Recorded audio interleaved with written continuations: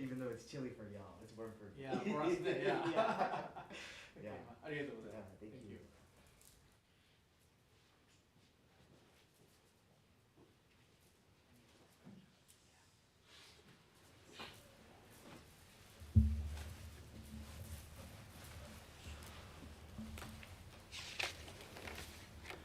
Good evening, everyone. Welcome to the Berkeley Buddhist Temple. If this is your first time. If you've been here before, welcome back. My name is Reverend C.J. Dunford, and I'm assisting minister here.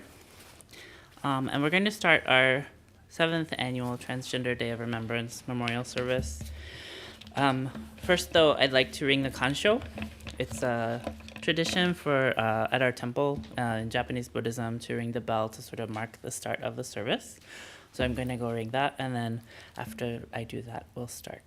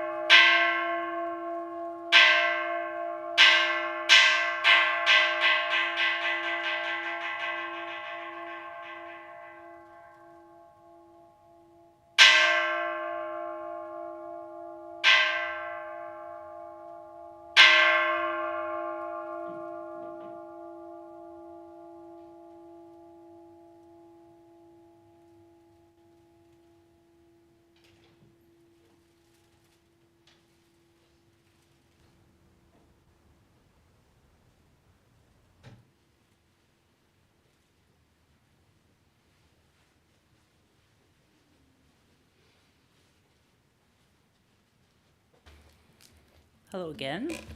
As I said, my name is Reverend C.J. Dunford.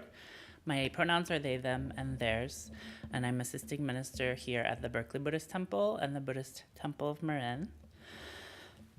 This is our 7th annual Transgender Day of Remembrance memorial service, and we're very lucky to be here, to be able to remember our loved ones on this very important day.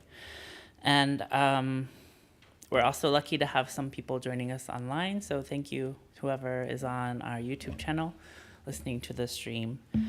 I've been a minister for about 4 years, and I'm very proud to be transgender. I'm very proud to be accepted by my community, and really grateful that we can all be here today.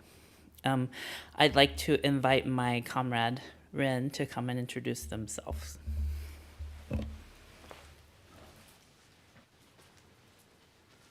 Hi everyone, so nice to be with you in person and online.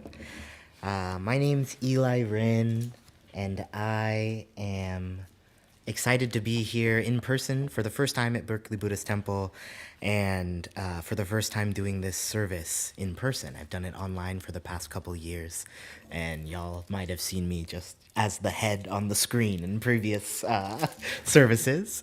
But I am coming to you today from Chicago, the ancestral lands of the Potawatomi, Odawa, and Ojibwe peoples. I was the head of the meditation, I want to say department, but just program of the Midwest Buddhist Temple for about 6 years-ish. Worked with, co-head and then the head. And now I have my own little school called Abolitionist Dreaming Practice. And I work just directly in community with folks who are everybody, but particularly underserved folks, marginalized folks, queer, trans people, people of color. And I'm so grateful to be here co-officiating with CJ today. We were going to say a joy during our introduction as well. You can say another one after me. One of my joys lately has been really working with tokens from my ancestry in order to reconnect with some of my West African Black ancestry. And one thing is cowrie shells. So for the people in person today, there's a little basket of these. And cowrie shells traditionally are like a sign of protection. They're like a sacred little shell. They were used for currency a lot of during different points in time. And they're the shell of a little sea slug, not too fantastic of a creature, but when you think of how many centuries of folks have had these shells, put them in their hair, and use them as a way to know that they are protected and worthy of adornment and decoration, I thought it was appropriate today to share my joy with y'all. So it's a little note of protection. You can tie it on something, a little trinket, and we'll charge it up with our service today, So thank you so much.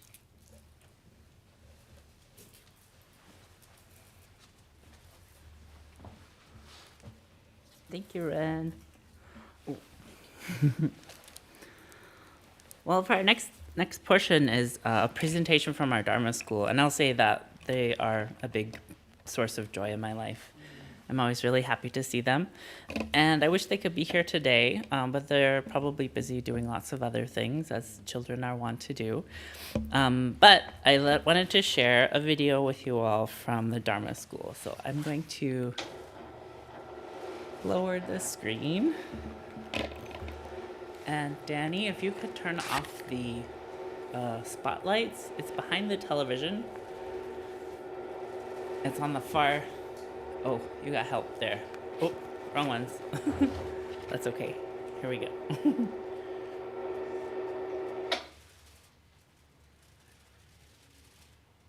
I forgot to turn on the projector earlier.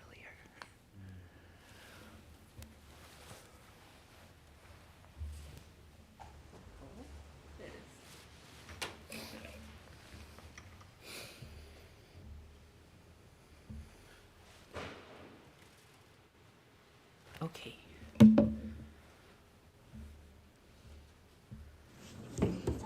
Got the blue on the table, but that's okay. Now I'm gonna do one. Wait, we can just do one already. I am a link in the Buddha's rainbow chain of love that stretches around the world.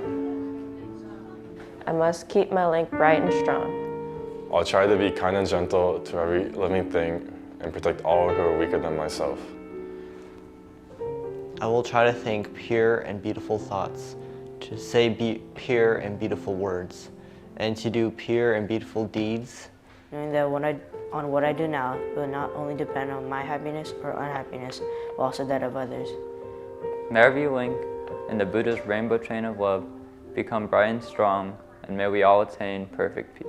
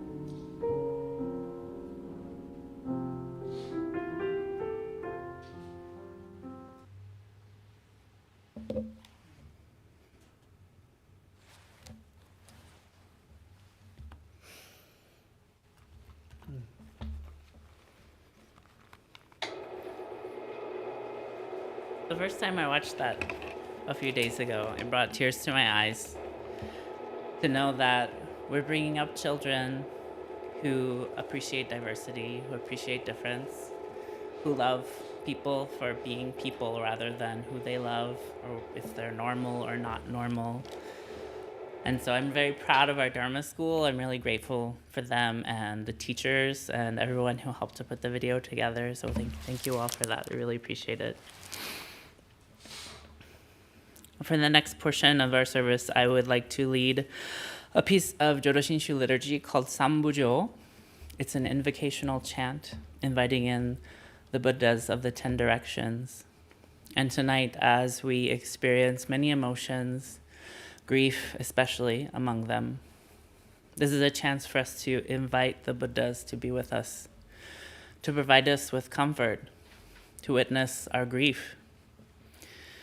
And so that's why I chose to share this piece. To me, it's welcoming something beyond us into this room and a chance for us to heal and provide comfort for one another.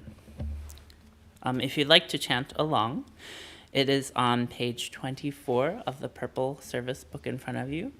If you don't want to chant, you can just look at how it's written out or read the translation if you like to.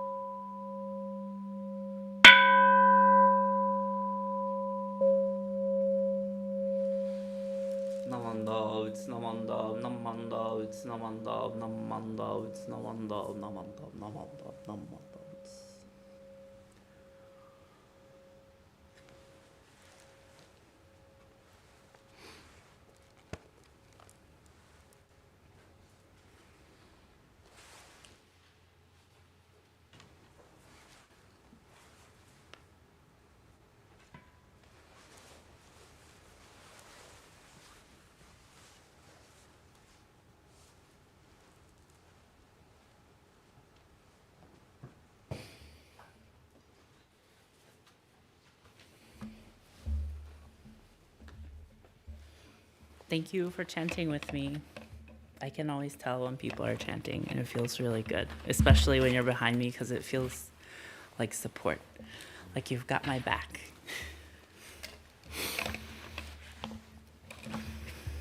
Next, before I pass it back to Ren, I'd like to share a selection from a poem. And this poem is called Cycle Undone, for transsexual and transgender women of color, by Himsa Timoteo Boldran. We reach those we can, reach out our arms to see them wrapping only us, and even those bones too small. Sometimes we're all we can carry out of a burning building. Sometimes we go up in smoke. Sometimes we go back into a fire to see who else we can carry, save. Sometimes we are not seen again. Sometimes we are a baptism of fire. And in evening, we hold each other, fingers through gloves, not bought that way.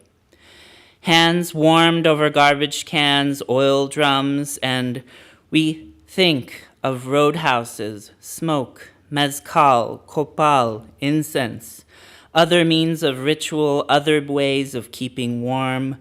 We wish our lovers would stay with us. We wish they'd never leave, and those who do, our money with them. We bless them with the bitterness, perhaps release from prison one day. Perhaps our collarbones will heal, knit themselves new fibers. Perhaps the cigarette burn will fade to a blemish. Nothing can conceal our lives. We are the sunburned children of the afterbirth. Who knows where our cord is buried, what lies there beneath the surface, beneath the skin. Hopefully we are beautiful if but once in our lives. Perhaps our rapture is surviving the rape, the mind fuck of living. Bill for breathing. Our numbers grow each day above the surface, below the soil. If there was a way to use this to our advantage, if some community somewhere could be built at the center of each nation, all our peoples there gathered, if the Red Sea could part once more and Palestinians return home, who knows what we would do if we owned our own land? Perhaps we live or be free rather than simply on sale. If we could feel waves wash up against us and not be covered in sludge and salt and hypodermic needles, we wash out with bleach. Take to the exchange. if dirt were sacred once more, and water clean, if we were more than a proposition, conjugation, something to bring others together, if we spoke our own languages, owned our own bodies, if the comets came round again this year and took us with them, would we be missing? Would great parties of searchers descend wells underneath wreckage, cover the pages of paid pork chop papers? Or would we only be found centuries later, some sign of earthquake or typhoon, once pasted project of papier-mâché, paint by numbers kit? Would there be instructions on handling, handle with care, bill, due, cash on delivery, extra credit, and extra tassel at graduation? We are the very reason for a change in the weather, an overflow of landfills. Cirrus clouds hover miles above. The band this year on the Caterpillar is a wide one. Expect a long winter.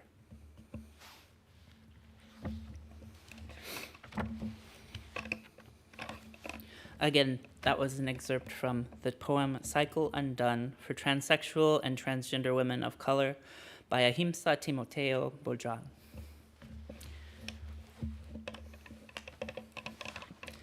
Now I'd like to invite Eli to lead us in a couple of pieces of Buddhist liturgy.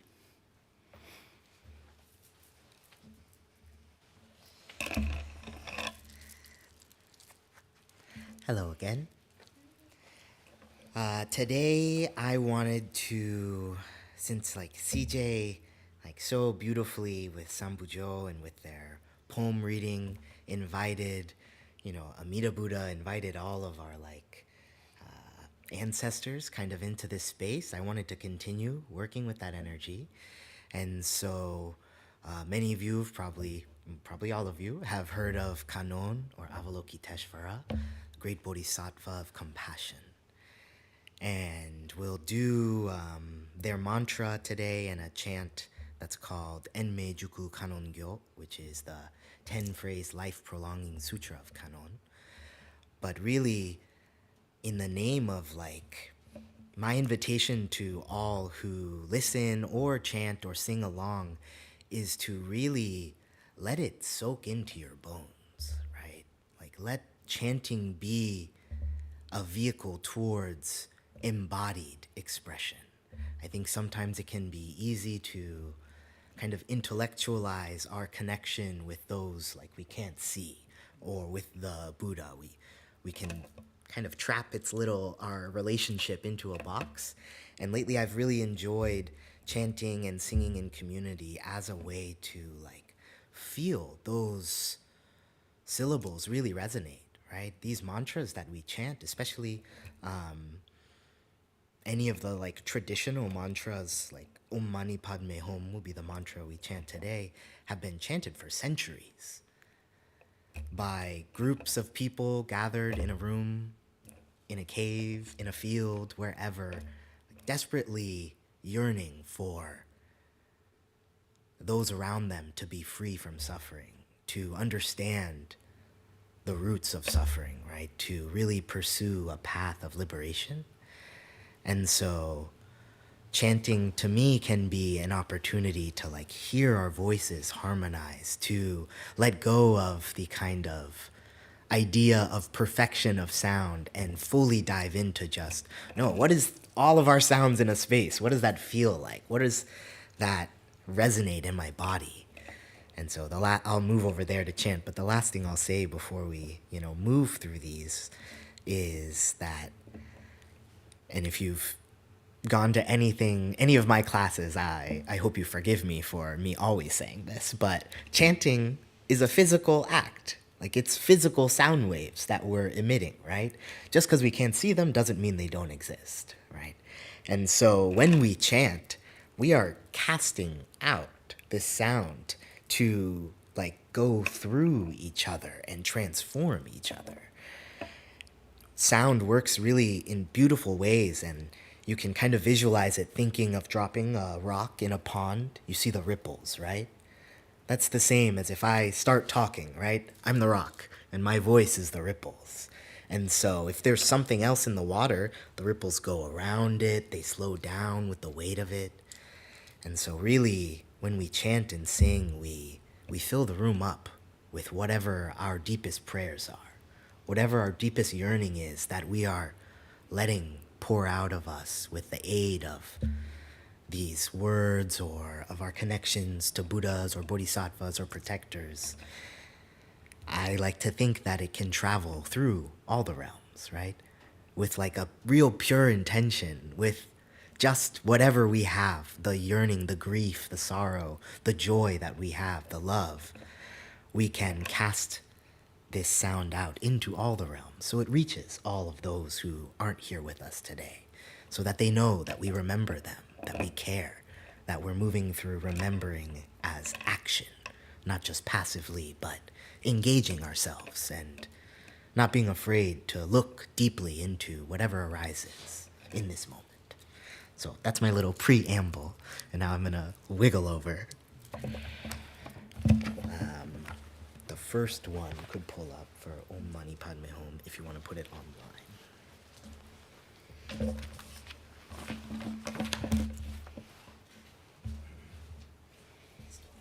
Yes, thank you.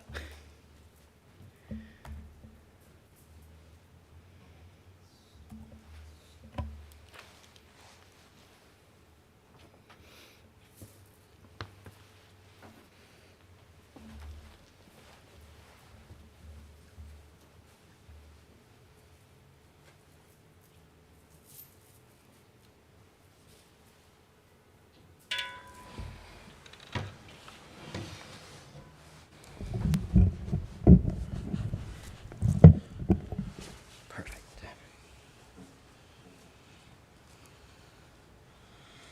So one of the oldest things we've done is sit around and sing and like hit a rock for a drum, right?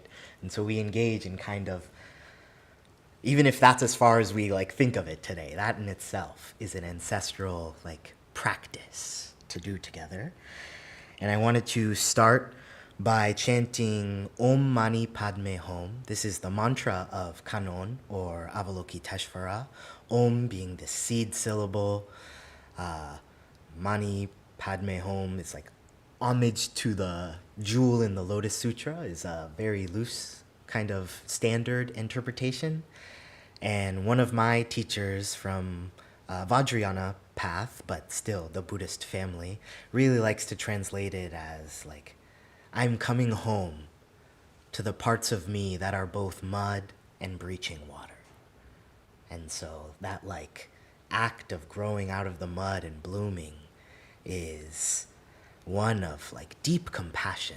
And so invoking this brings kind of the compassion of Kanon into the space and into our hearts if it feels fit for it to arise. So I will hit the bell a couple times, and then we'll move through this mantra. It's kind of like a little melody. We'll sing it for just 2 minutes or 4 minutes, and then we'll end with the chant. And they should both be in your service book if you need to look at something. Anytime before I lead a group vocal thing, I invite folks to do whatever you want to do all the way. If it's listening, do it all the way. If it's chanting, do it all the way. Take this and every moment as just an opportunity to be here all the way, right? To feel.